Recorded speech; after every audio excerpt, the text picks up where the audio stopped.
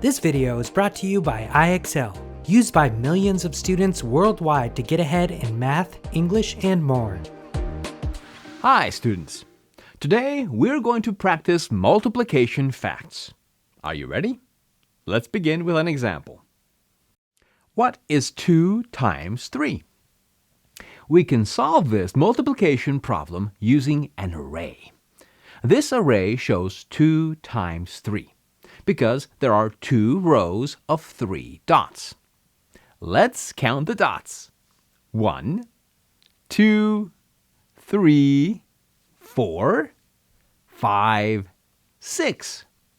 That means 2 times 3 equals 6. Great job. Let's try another one. What is 3 times 5? We can solve this multiplication problem using a number line. To show 3 times 5, we'll start at 0. Then jump 5 units forward 3 times.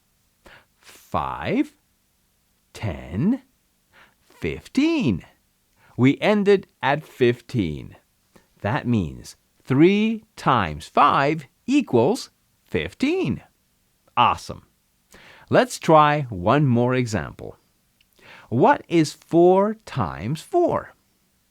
To show 4 times 4, we can start with an array with 4 rows of 4 dots. This array looks like a square because the two numbers we are multiplying are the same. We can also show 4 times 4 with a number line. We'll start at 0.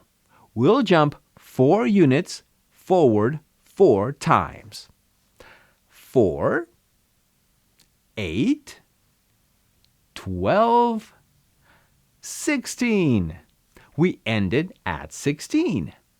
We also counted 16 dots. So, 4 times 4 equals 16. Awesome work solving multiplication problems. Now, it's your turn to practice. Good luck. Head over to IXL.com for more practice on this skill and thousands more videos in math and language arts.